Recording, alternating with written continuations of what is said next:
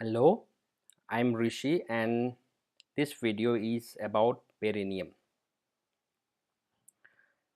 If we look at the bony pelvis, the anterior view, some bony landmarks, we have the pubic symphysis here, below which lies the arcuate pubic ligament.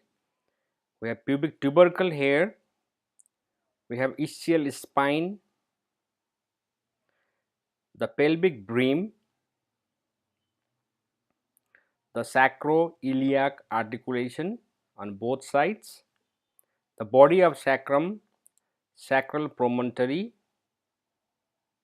the coccyx, and the anterior superior iliac spine. If we add ligaments to the bony structure from anterior superior iliac spine to pubic tubercle is inguinal ligament, the pubic symphysis with its ligament. Below again we have the arcuate pubic ligament, the ischial tuberosity, the obturator foramen which is covered by the obturator membrane, and the greater sciatic foramen,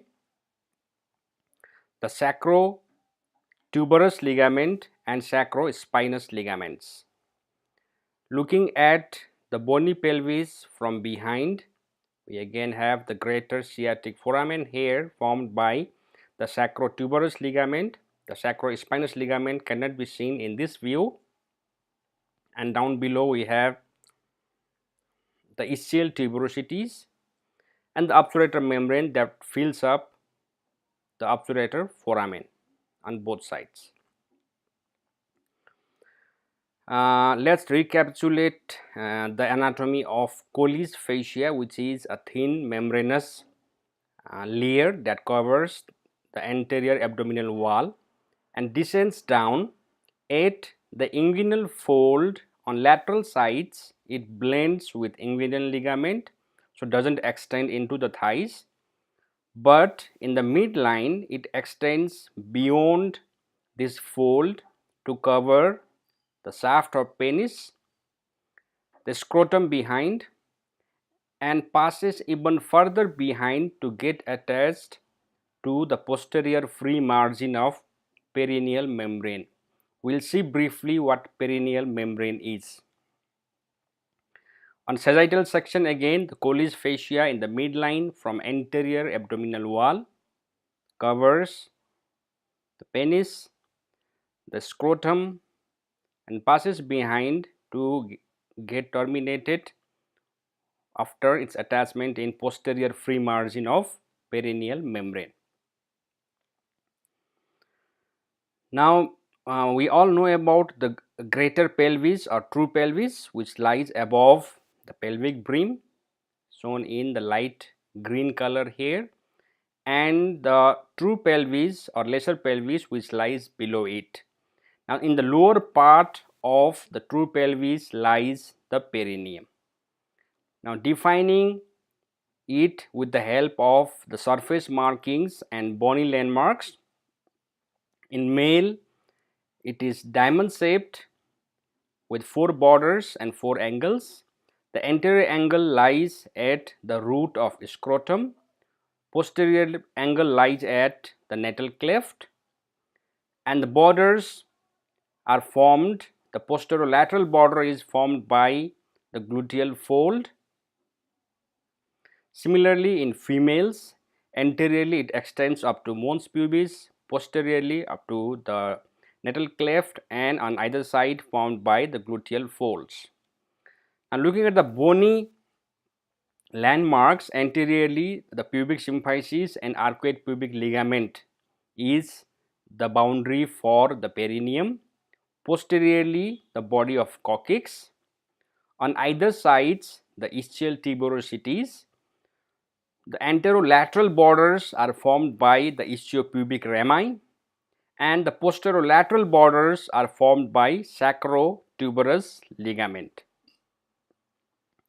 Now this diamond shaped perineum can be divided into 2 triangles. The anterior triangle, which primarily contain the urinary and genital organs is called the urogenital region or urogenital triangle. The posterior triangle that contains mainly the anus or rectum is called the anal region. Looking from below, again let's get oriented. This is the ischiopubic ramus, this is the ischial tuberosity, we have sacrotuberous ligaments on either sides. So the abdomen is separated from pelvis below by pelvic diaphragm that is formed by various muscles including levator ani. Now it presents two apertures. The anterior one is for vagina and urethra in female and for only urethra in male, and the posterior aperture here is for the anus. Now if we talk about the urogenital triangle, just below the pelvic diaphragm there is a tough membrane that is called perineal membrane. On either sides, this perineal membrane is attached to the ischiopubic rami. It shows three defects. The posterior defect is present only in females and this is for the outlet of the vagina. The middle one is present in both sexes and this is for the urethra. And the anterior defect in fact lies between the perineal membrane and arcuate pubic ligament and this is for the neurovascular bundle. Now between the urogenital triangle anteriorly and anal triangle posteriorly lies the perineal body.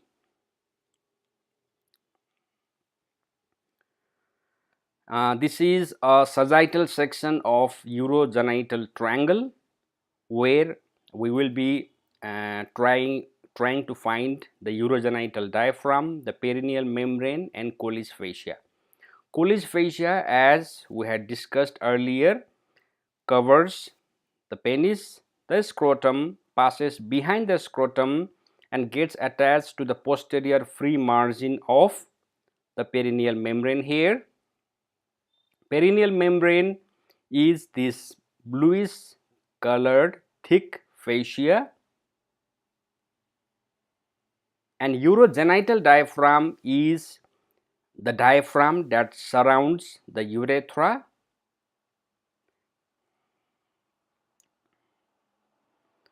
Now perineal pouches, there are two perineal pouches which are described, the superficial perineal pouch and deep perineal pouch.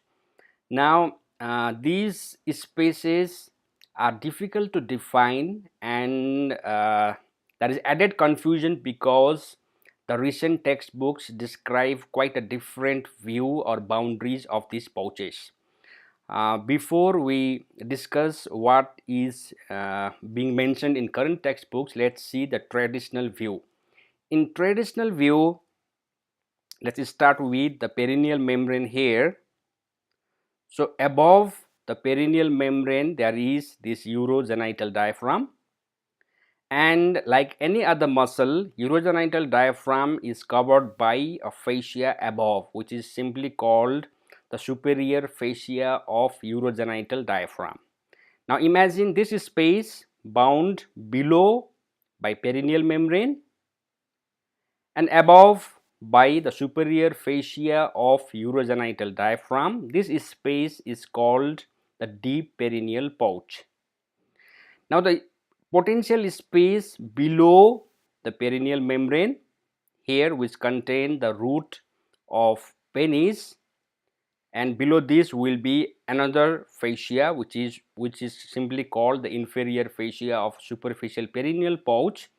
Now this potential space between the perineal membrane and the inferior fascia of superficial perineal pouch is called superficial perineal pouch. So above the perineal membrane is deep perineal pouch and below the perineal membrane is superficial perineal pouch. Once again, to define the boundaries and to some extent also contents of deep perineal pouch, so we have superior fascia of urogenital diaphragm, below which lies the urogenital diaphragm itself with the bulbourethral glands and of course urethra passing through it, and below that we have the perineal membrane. So this space between these two membranes is called deep perineal pouch. So these were the boundaries we described, but this is a traditional view. But the latest textbooks, they say that the urogenital diaphragm in fact doesn't exist, and the urethral sphincter, which was the structure we thought is formed by urogenital diaphragm, is in fact present within the urethra.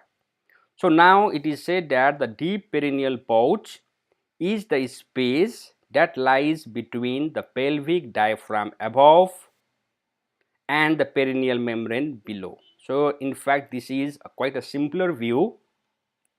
So once again let's define deep perineal pouch. So in this diagram we have perineal membrane here and we have the pelvic diaphragm here, which is in fact covered by a fascia called endopelvic fascia. So the space that lies between perineal membrane and the endopelvic fascia is called deep perineal pouch. To summarize the contents of deep perineal pouch in males and females: membranous urethra which passes through the space, and then we have deep transverse perineal and sphincter urethrae muscles. We have bulbourethral glands of Cooper, artery of penis which is a branch of internal pudendal artery, and dorsal nerve of penis which is a branch of pudendal nerve. In female there is slight difference, there is addition of vagina, there is no bulbourethral gland of Cooper, and in the place of the artery of penis and nerve of penis there are arteries of clitoris and nerve of clitoris.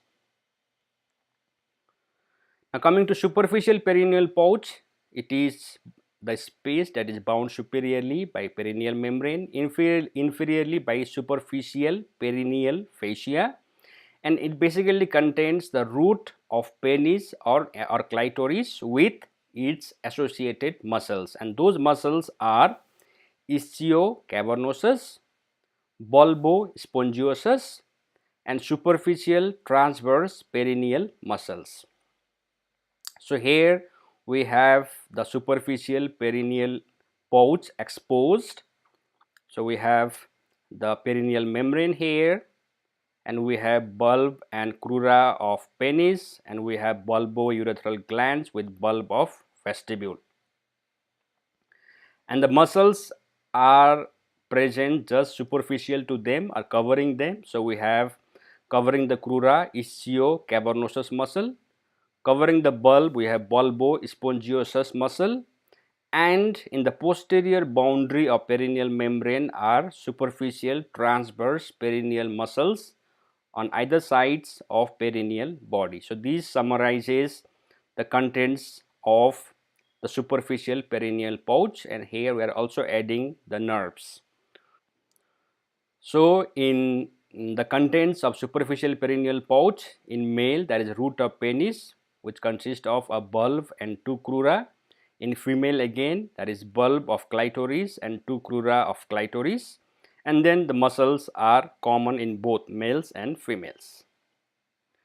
Continuing, in males there is bulbourethral glands, with the counterpart of it in female is called greater vestibular glands or Bartholin's glands.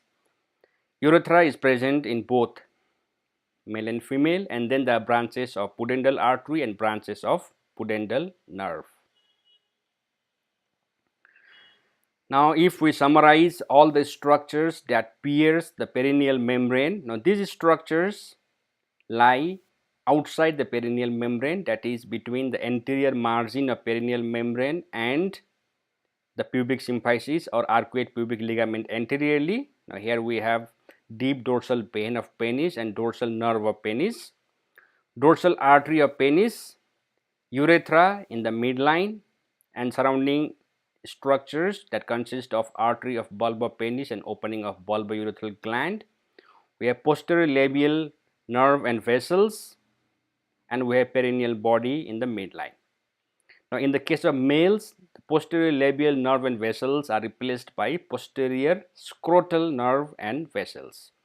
Now, here are the structures in female which are quite similar, but in addition there is a large structure, vagina, which pierces the perineal membrane to open outside. Now, let us discuss the posterior triangle or anal triangle. Again, to revise its boundaries, in the posterior midline we have the body of coccyx. Posterolateral borders are formed by the sacrotuberous ligaments. An anterior boundary is an imaginary line passing between two ischial tuberosities. So, here we have the anal triangle. So, above we have this pelvic diaphragm. On either sides we have sacrotuberous ligaments. Anteriorly we have posterior free margin of perineal membrane. Filling it further with other structures like nerve and muscles. So, we have the pelvic diaphragm here, we have gluteus maximus here, and we have branches of the pudendal nerve and internal pudendal vessels. There are few very important surgical spaces in relation to the anal triangle, the largest one of which is called the ischio-rectal or ischio-anal space that lie on either side of anal canal. Then we have this perineal space that surrounds the anal canal below the white line. So, in this diagram we can see that this space is called perineal space below the white line. The third space is called submucosal space. This lies above the white line and it is between the mucous membrane on the inside and internal sphincter on the outside. It contains internal rectal venous plexus and lymphatics. In the same diagram, if we see the submucosal space, it lies between the internal sphincter here and mucosa here, and this lies above the white line. Ischio-anal fossa is wedge shaped and its base lies below, formed by skin over anal region. Apex is upwards and laterally. So, apex is on this side. It is approximately 5 centimeters in length, breadth and height, normally filled with fat, and this space is crucial because it provides space for expansion of anus when the fecal matter is passing through it. Boundaries of ischio-anal fossa on lateral side.